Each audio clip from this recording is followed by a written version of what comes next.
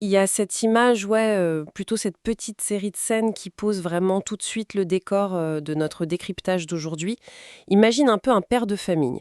Il cherche frénétiquement dans son application musicale, un album précis.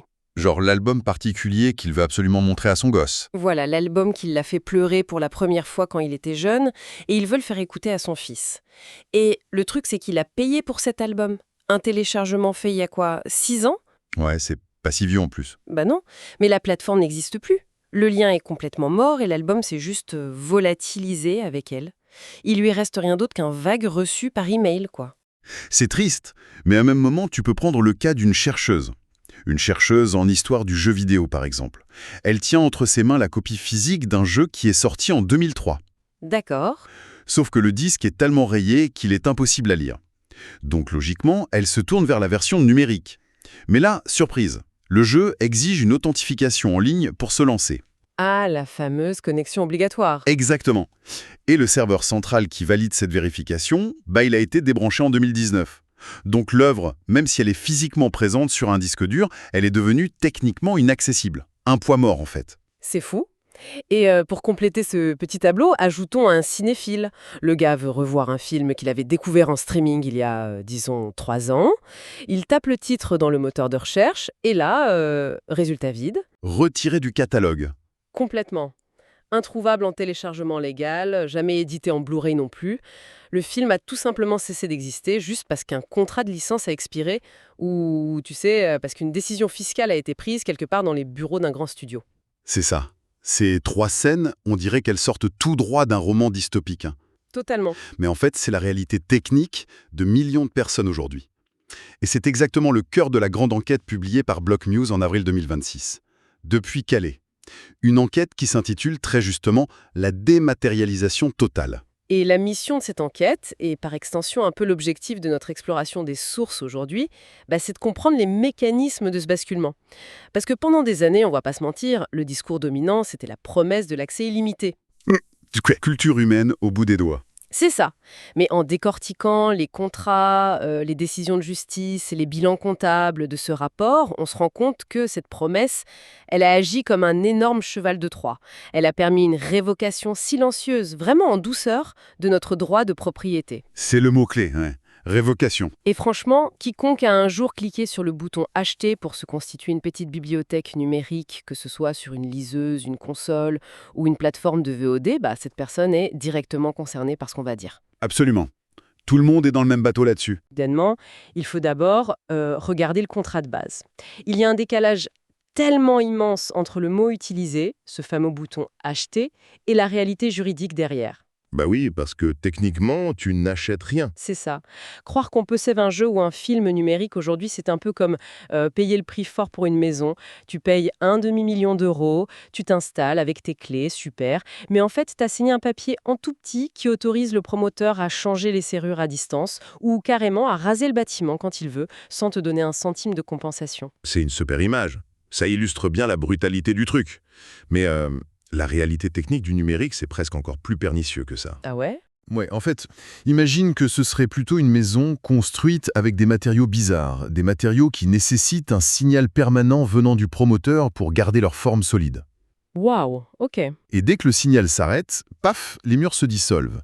Tu vois, depuis des millénaires, le droit de propriété physique, ça s'appuie sur un principe super simple en droit, ce qu'on appelle la théorie de l'épuisement du droit, ou la doctrine de la première vente. C'est-à-dire, Quand un éditeur vend un livre en papier, il perd le contrôle sur cet exemplaire spécifique. Une fois que c'est vendu, c'est vendu. L'acheteur, il peut le livre, le prêter à un pote, le revendre dans une brocante ou même le brûler s'il veut. ouais, c'est son livre, quoi. Voilà. Mais avec le numérique, le fichier a été complètement requalifié par l'industrie. Aux yeux de la loi, ce n'est plus un bien. C'est devenu un service continu. Et c'est là que la justice intervient. Et franchement, contrairement à ce qu'on pourrait espérer naïvement, la justice ne protège pas du tout cette notion de propriété pour le consommateur.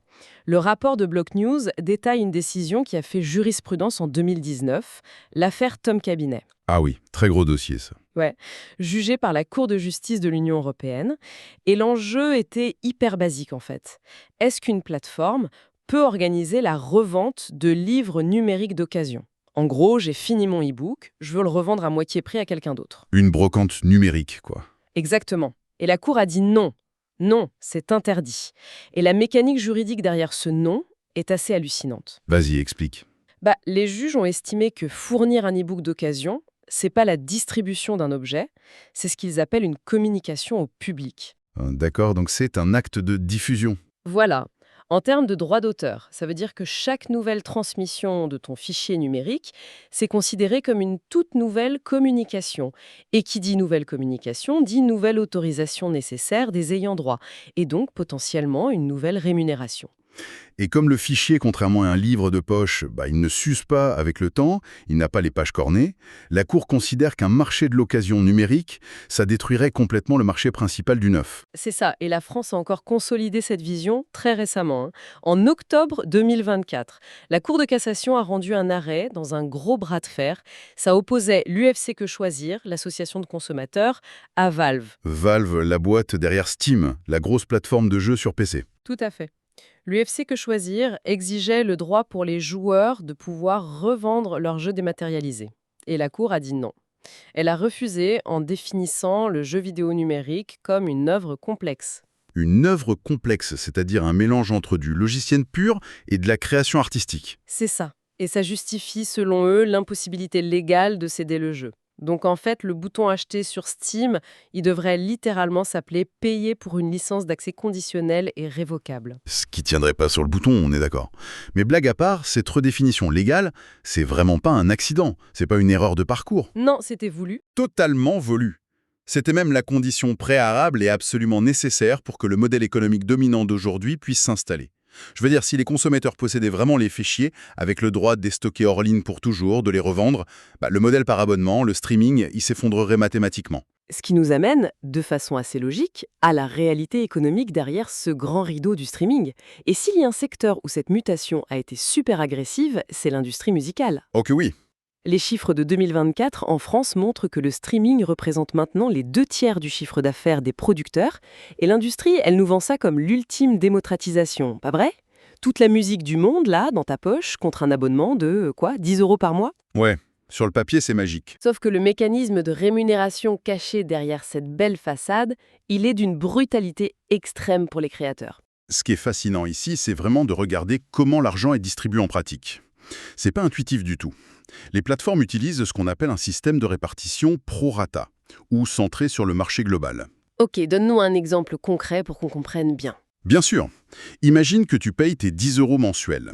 Et toi, ce mois-ci, tu n'écoutes qu'un seul artiste, un petit joueur de jazz indépendant local. Tu passes son album en boucle.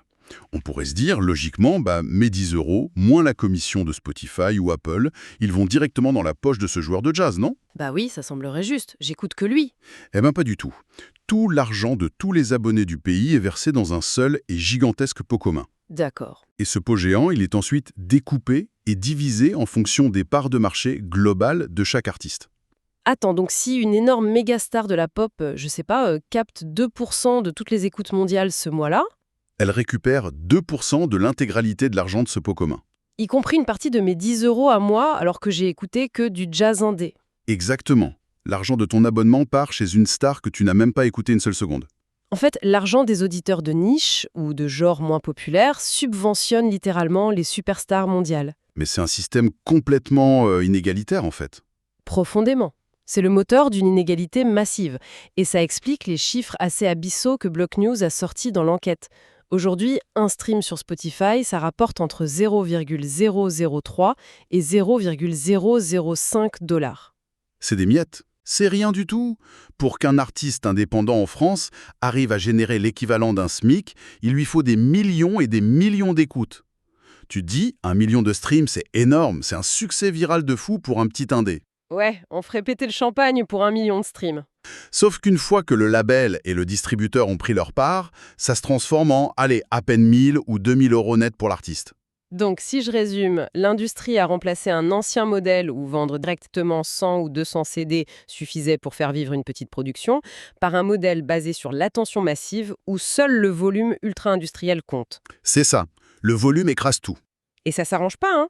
Pour verrouiller encore plus ce système, l'enquête rappelle que Spotify a instauré en avril 2024 une nouvelle règle comptable assez redoutable, le fameux seuil des 1000 écoutes. Ah oui, la règle couperait. C'est ça. Si un morceau n'atteint pas 1000 écoutes sur une période de 12 mois, il ne génère plus aucune royalty. Zéro, nada. Même s'il a fait 999 écoutes. Exactement. Et le pire, c'est que ces morceaux, ils ne sont pas supprimés, ils continuent d'exister sur les serveurs de la plateforme. Ils servent même à gonfler l'argumentaire commercial, tu sais, quand ils disent profiter de nos 100 millions de titres. Bah oui, mais des millions de ces titres sont désormais exploités totalement gratuitement par la plateforme. C'est dingue. Et si on relie ça à la vue d'ensemble, on constate que cette fragilité économique pour le créateur, elle se double d'une fragilité d'accès pour nous, les consommateurs. Totalement. Le modèle de la location perpétuelle, ça donne littéralement aux entreprises un droit de vie ou de mort sur les catalogues. Et cette volatilité, elle frappe pas que la musique. Elle ravage l'audiovisuel et le jeu vidéo, avec une violence technique implacable. Et c'est là que ça devient vraiment intéressant quand on se penche sur les mécanismes techniques de ces disparitions. Parce que l'enquête de Block News, elle revient sur un cas d'école, le cas d'Ubisoft qui a fermé les serveurs de son jeu de course The Crew. C'était en avril 2024. Ouais, un scandale énorme. 12 millions de personnes avaient acheté ce jeu. 12 millions. Et le jour où les serveurs ont été coupés, le jeu s'est transformé en un écran noir. Fin de l'histoire. Injouable. Mais la question qui se pose pour ceux qui ne sont pas hyper techniques, c'est comment un fichier qui se trouve physiquement sur le disque dur de mon ordi, ou même sur un vrai disque en plastique dans mon salon, comment il peut juste cesser de fonctionner ? C'est tout le principe du DRM, la fameuse gestion des droits numériques. En gros, le code du jeu, il est programmé pour exiger ce qu'on appelle une poignée de main cryptographique avec le serveur de l'éditeur au moment précis où tu le lances. Une sorte de validation de ticket, quoi. Exactement. Et sans cette validation par le réseau, le code qui est chez toi sur ta machine, il refuse catégoriquement de s'exécuter. Donc l'éditeur, il n'a absolument pas besoin de s'introduire comme un hacker dans ton ordinateur pour effacer le fichier. Il coupe juste le téléphone de son côté. Voilà. Il ferme la porte de son propre serveur. Ta clé numérique, elle tourne dans le vide. Et paf, 12 millions de copies ont été rendues inertes comme des cailloux en un instant. Et le pire, c'est que c'est en toute légalité. Totalement légal et sans aucune compensation. Parce que si tu lis les conditions d'utilisation que tout le monde accepte sans lire, il y a une ligne qui stipule que l'infrastructure en ligne n'est jamais garantie à vie. Et le même phénomène de disparition forcée, on le retrouve dans la vidéo. Mais là, c'est souvent pour des raisons purement comptables, ce qui est encore plus absurde. En France, la vidéo à la demande, la VOD, ça pèse aujourd'hui 92% du marché. Ça a complètement écrasé le format physique, le DVD et le Blu-ray. Ouais, 92%, c'est une domination totale. Et pourtant, rappelle-toi la promesse initiale du streaming vidéo. C'était d'être une immense bibliothèque universelle, disponible pour l'éternité. Or, on a vu Disney récemment supprimer de sa propre plateforme des productions exclusives qui lui ont coûté des dizaines de millions de dollars à fabriquer. Oui, comme la série Willow ou ce film de science-fiction, Le Cratère. C'est ça. Ces œuvres, elles n'existent nulle part ailleurs. Elles n'ont jamais eu aucune édition physique. Et l'explication de ce retrait, c'est même pas un problème technique de serveur, c'est strictement fiscal. Oui, c'est un mécanisme très particulier qui s'appelle la dépréciation d'actifs ou le tax write-off en anglais. Comment ça marche concrètement ? En fait, à un moment donné, un studio fait ses comptes et il évalue qu'une œuvre spécifique, elle coûte plus cher en frais d'hébergement sur les serveurs et surtout en paiement de droits résiduels obligatoires aux syndicats d'acteurs et de scénaristes. Ok, donc elle coûte plus cher à maintenir. Qu'elle ne rapporte en termes de nouveaux abonnés. Et quand c'est le cas, le studio peut décider légalement de déclarer ce film ou cette série comme une perte financière totale. D'accord. Et cette déclaration, c'est magique pour eux. Ça leur permet de déduire massivement cette perte de leurs propres impôts de l'entreprise. L'optimisation fiscale, on y revient toujours. Exactement. Mais attention, la condition stricte qui est imposée par les autorités fiscales pour valider cette manœuvre, c'est que l'actif, donc le film, ne doit plus générer aucune valeur. Zéro. Donc, ils sont obligés de le cacher. Pire, il doit être formellement retiré de toute exploitation commerciale. Pour économiser des millions en impôts, le studio a l'obligation légale de faire disparaître sa propre œuvre de la surface de la Terre. C'est effarant. Et à côté de ça, on a la fragmentation des droits d'auteur qui vient aggraver la dynamique pour nous. Tu sais, ces séries emblématiques qui basculent sans arrêt de Netflix à Prime, puis à Disney+, au gré de l'expiration des licences. Ouais, le jeu des chaises musicales. Voilà. Et ça force les foyers français à multiplier les abonnements. À la fin du mois, les gens se retrouvent à payer entre 80 et 100 euros juste pour avoir accès à ce qu'ils aiment. C'est un budget énorme. Et si quelqu'un pense échapper à ce piège en se disant moi, je suis malin, je vais continuer à acheter mes petites cartouches physiques pour ma console », même là, le marché est en train d'infiltrer la résistance. L'enquête mentionne la Switch 2, prévue en 2025. Oui, le cas de Split Fiction. Exactement. Tu vas en magasin, tu achètes une vraie boîte en plastique pour le jeu Split Fiction. Tu l'ouvres, et à l'intérieur, il n'y a pas de cartouche. Il y a juste un petit bout de papier avec un code de téléchargement à usage unique. Le format physique n'est plus qu'une enveloppe vide. C'est juste un bout de carton qui contient une licence numérique. Ce qui soulève, et c'est vraiment le cœur du problème, une question fondamentale. Si les créateurs sont pressurisés économiquement, on l'a vu avec la musique, et que les consommateurs perdent leur accès aux œuvres, Qui trinque? la victime collatérale la plus grave de tout ça, ça devient l'histoire elle-même, notre histoire. Nous entrons de plein pied dans ce que les archivistes appellent l'âge sombre numérique. Oh là là, oui. Les statistiques qui ont été compilées par la Video Game History Foundation, dans le rapport, elles font froid dans le dos. Ils estiment que 87% des jeux vidéo sortis avant 2010 sont considérés comme perdus ou gravement menacés de disparition. Presque 90%. C'est énorme. Ils n'existent plus du tout sur les plateformes commerciales et le vieux matériel physique pour les lire est en train de pourrir, de se désagréger. Et pour le livre, c'est pareil. L'ironie a même atteint un niveau stratosphérique avec le secteur de l'édition et ça remonte à 2009. Ah oui, l'anecdote avec Amazon. Vas-y, raconte, elle est incroyable celle-là. Ouais. En 2009, Amazon a découvert qu'un éditeur tiers sur sa boutique n'avait en fait pas les droits appropriés pour vendre certaines éditions numériques. Oups. Donc qu'est-ce qu'a fait Amazon ? Sans prévenir personne, ils ont envoyé une commande réseau silencieuse à toutes les liseuses Kindle qui étaient connectées au Wi-Fi.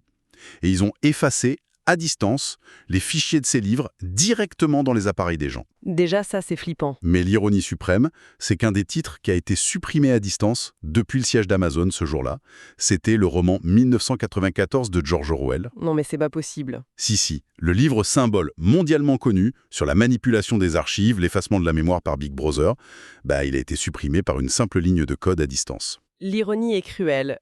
C'est vraiment le mot. Mais ça met en lumière un paradoxe hyper alarmant, tu vois. Jamais dans toute son histoire, l'humanité n'a produit et stocké autant de traces culturelles. Jamais. Mais l'infrastructure légale et technique qui régit toutes ces données, elle est d'une extrême fragilité. En fait, j'ai une image qui me vient en lisant ça. C'est comme si une immense bibliothèque nationale était en train de prendre feu. Les pompiers sont là, les archivistes sont devant les portes, avec tout leur équipement pour sauver les livres, mais la loi leur interdit formellement d'entrer. Sous quel prétexte ? Sous prétexte que le bâtiment et même les flammes appartiennent à un promoteur privé et que tout est protégé par le droit d'auteur. Donc on regarde brûler. C'est une super métaphore, ça illustre vraiment bien l'urgence. Sauf que dans la vraie vie, la réalité est encore plus froide et mécanique que des flammes. Les institutions patrimoniales, elles font pas face à du feu. Elles font face à des verrous algorithmiques. Ouais. Le rapport de Block News donne la parole à Laurent Dupuis, qui est le responsable du service multimédia à la BNF, la Bibliothèque nationale de France. Et il explique un truc de fou. La mission légale de la BNF, c'est le dépôt et la conservation. Mais cette mission se heurte, comme dans un mur, à la cryptographie des fameux DRM. Parce qu'ils n'ont pas le droit de les contourner. Exactement.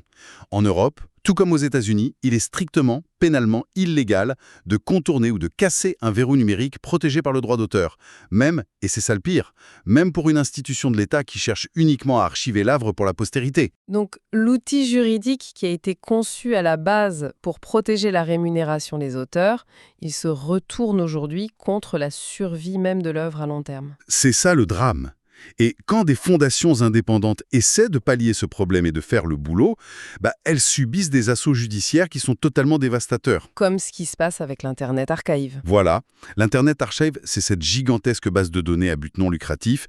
Ils archivent des milliards de pages web, des vieux logiciels, ils numérisent des livres. Et aujourd'hui, ils sont ciblés par des procès massifs menés par les grandes maisons d'édition. L'industrie du livre les accuse d'enfreindre leurs droits d'auteur avec leur programme de prêt numérique, c'est ça ? Exactement. Et le risque, c'est que si cette fondation venait à faire faillite sous le poids astronomique des dommages et intérêts qu'on lui réclame, c'est l'équivalent numérique de la bibliothèque d'Alexandrie qui s'évaporerait en une seule nuit. Ça fait vraiment froid dans le dos. Mais face à cette menace hyper systémique, l'enquête consacre heureusement sa dernière partie à la résistance. parce que les gens ne se laissent pas faire. Comment les citoyens, les développeurs, s'organisent pour lutter contre cet effacement massif? Ouais, il y a des choses qui se mettent en place. Le premier front de cette résistance, il opère dans une zone grise juridique qui est totalement vitale. C'est l'émulation.